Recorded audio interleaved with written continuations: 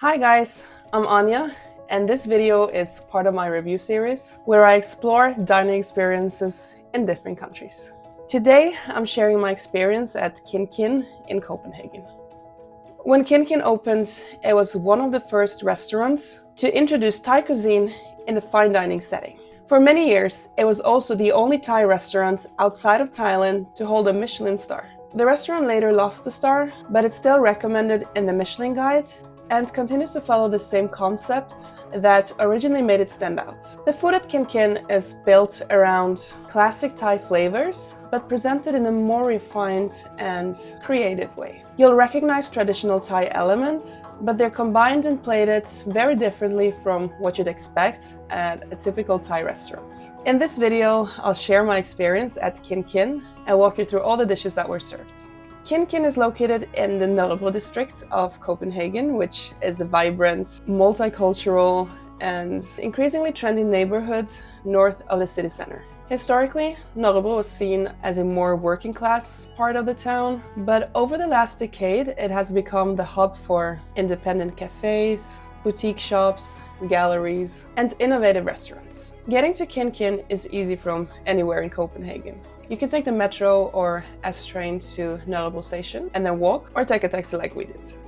Inside Kiin Kiin, the experience starts a bit differently than in most restaurants. You don't go straight to the main dining room. Instead, you are first taken into a lounge-style area, which already sets the tone for the evening.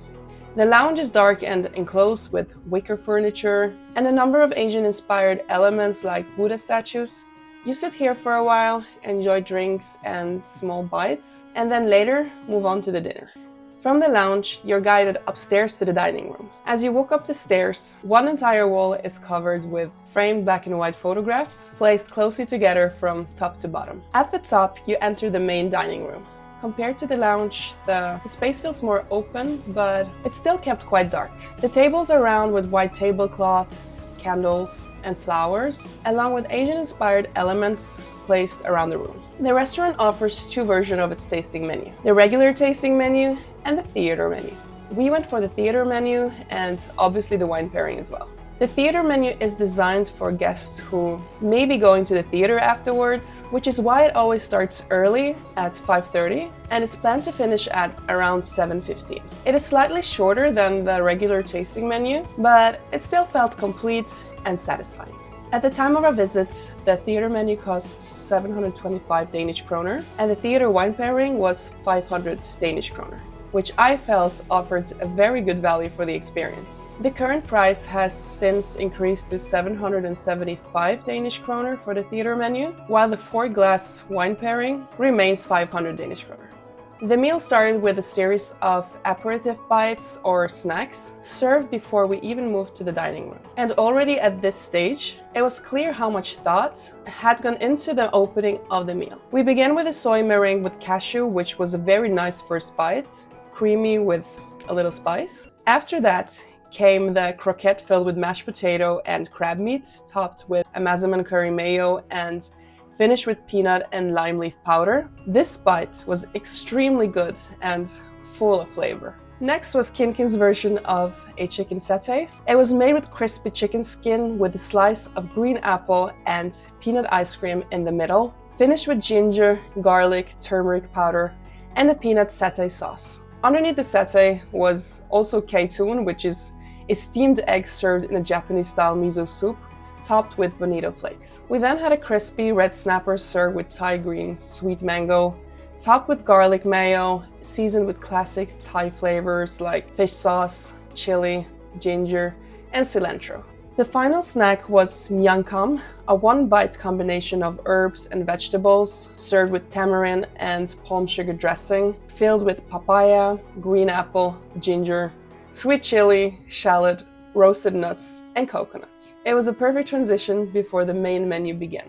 The first bites felt like a clear fusion. The flavors were very Thai, but they were prepared and presented in a way that was very different from the traditional versions, while still keeping the core flavors recognizable. We had these bites together with a glass of Joyce Charpentier champagne and also one of the restaurant's signature cocktails. From there, we were brought upstairs to the main dining room. After we were seated, the first course arrived shortly after. which was scallops topped with salmon roe served with a tomato salad made from fermented tomatoes, pickled tomatoes, and tomato juice. It was finished with a spicy dressing made with chili, garlic, fish sauce, lime juice, and oil, which felt fresh but still complex, with acidity, a lot of spice, and sweetness coming together very well. It was paired with a Riesling from Moselle, which matched the flavors perfectly. Then came one of the most memorable courses of the evening. A foamy tomka served with galangal and edamame. Inside were salmon rolls topped with caviar, and the whole dish was finished with black truffle and cilantro. This dish was clearly based on the tomka soup, but completely reimagined and elevated. It had all the familiar creamy, aromatic, and slightly spicy tomka flavors, but taken to a completely different level. And honestly, even without the caviar and truffle, the soup itself was incredible. The foaminess gave it this light texture, but the flavor was still incredibly deep. The black truffle just added another layer on top, and surprisingly, it worked really well. It was honestly the craziest tomka I've ever had. It was paired with a rosé from Provence, which actually complemented the richness of the soup much better than I had expected. The main savory course was crispy pork belly served with fried shallots, pickled onion, garlic puree, deep fried Thai basil, and steamed jasmine rice. It was rich, crunchy, and very satisfying with strong Thai flavors, while still feeling refined. The pairing here was a Shiraz from Michelin Vale, which stood up nicely to the intensity of the dish. For dessert, we had a funnel cake with banana ice cream paired with a sweet aged sherry from Jerez, which rounded off the meal beautifully.